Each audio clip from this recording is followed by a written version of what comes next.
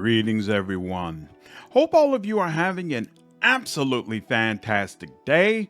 We are back again with more Pathfinder, Wrath of the Righteous. Let's talk about Skald, the class that lets you spread your rage to empower allies. We've already reviewed these mechanics in my 25 base class mechanics video, which is linked in the description below.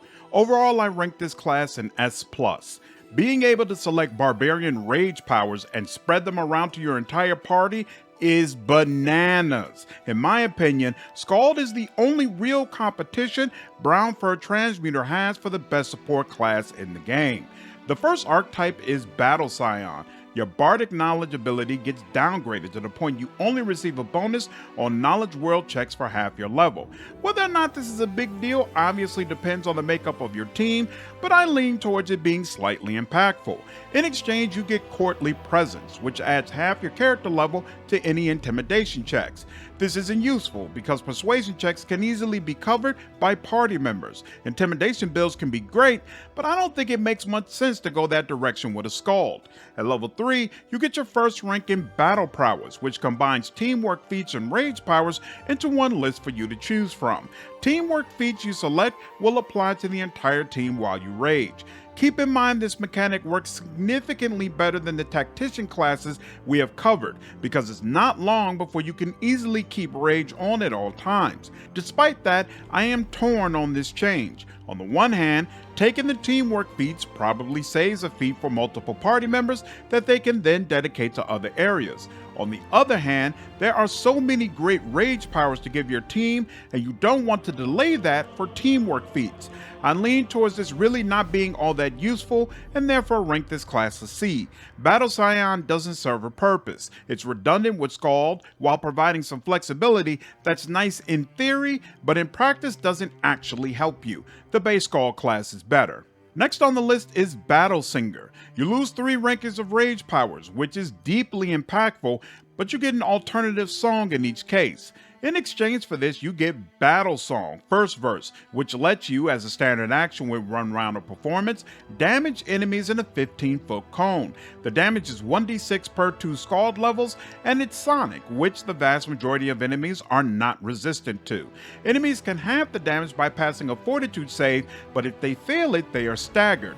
On top of this, the ability is not subject to spell resistance. It's an absolutely fantastic early game option that will let you decimate hard to hit foes. At level 9, you get Battle Song's second verse, which costs 2 rounds of performance instead of just 1, in addition to the standard action, and hits all enemies in a 50-foot radius with 1d6 per 2 Skald level sonic damage. If enemies fail their fortitude save, they are stunned for 1 round and then staggered for a round.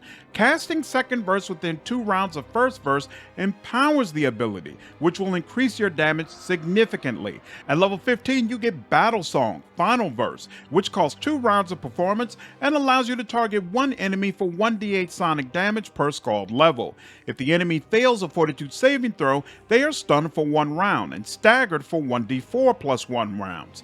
If they pass the save, then damage is halved, but they are still staggered for 1 round. If you use this ability within 2 rounds of first verse, it is empowered and the DC increases by 2.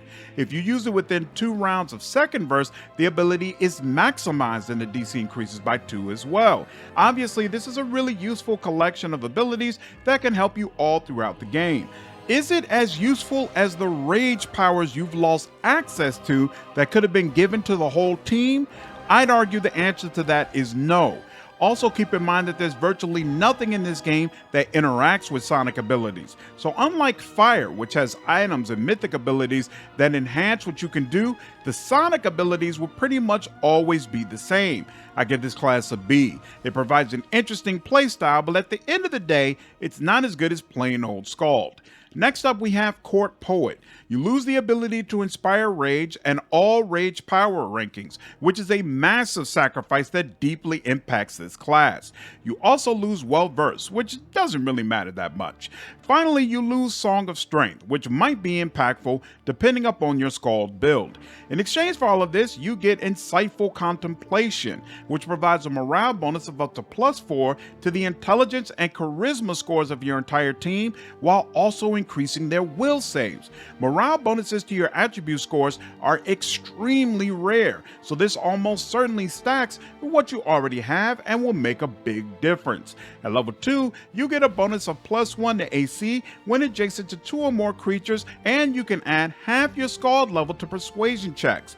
This is not particularly useful, as +1 to AC doesn't mean much, and persuasion can easily be covered by party members. At level 4, you get your first rank of Insightful Spell, which adds a bonus of up to +5 to the spell damage of your entire team.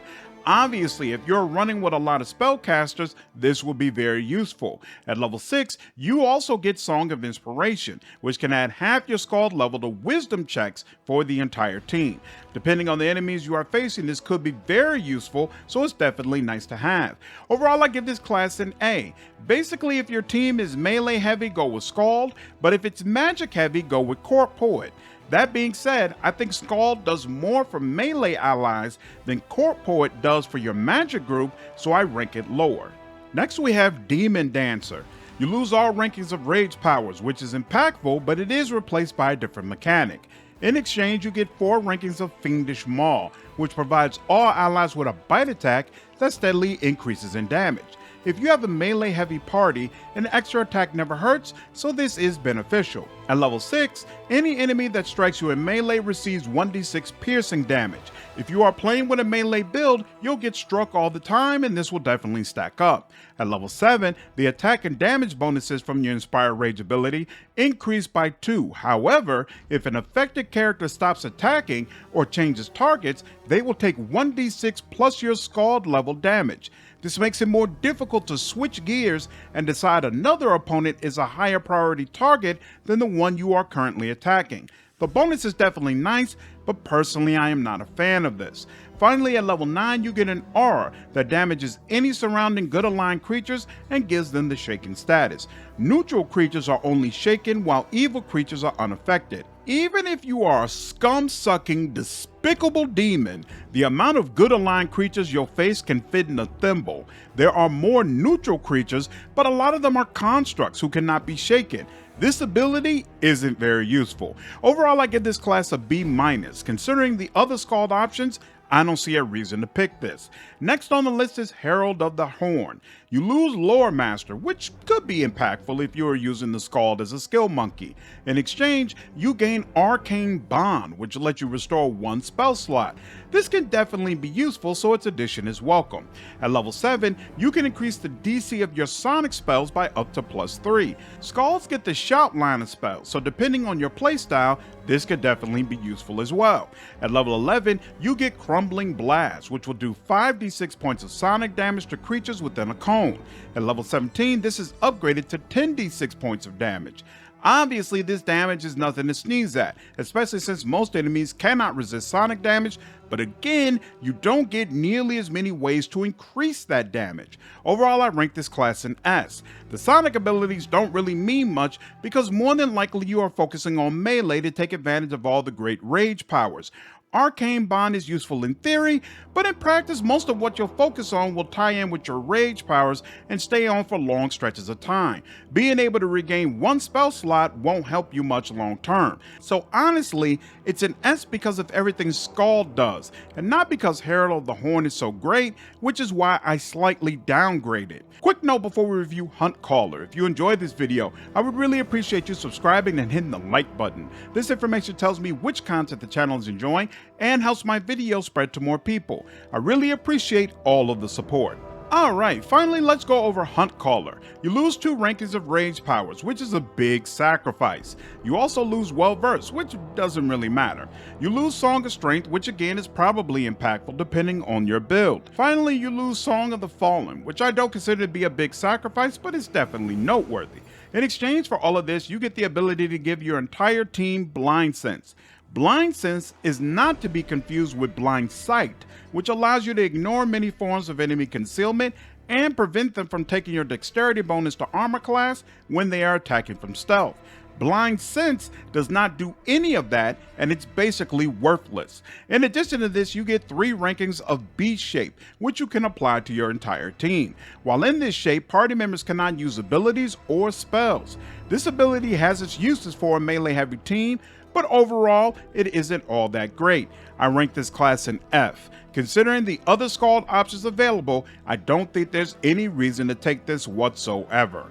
That wraps up my rankings for Skald and all of its archetypes. In summary, I rank Skald S+, Battle Scion C, Battle Singer B, Court Poet A, Demon Dancer B-, Herald of the Horn S, and Hunt Caller F. Hope all of you enjoyed this video. If you did, please leave me a like, share this content, and subscribe to the channel if you haven't already. I will see you all in the next video.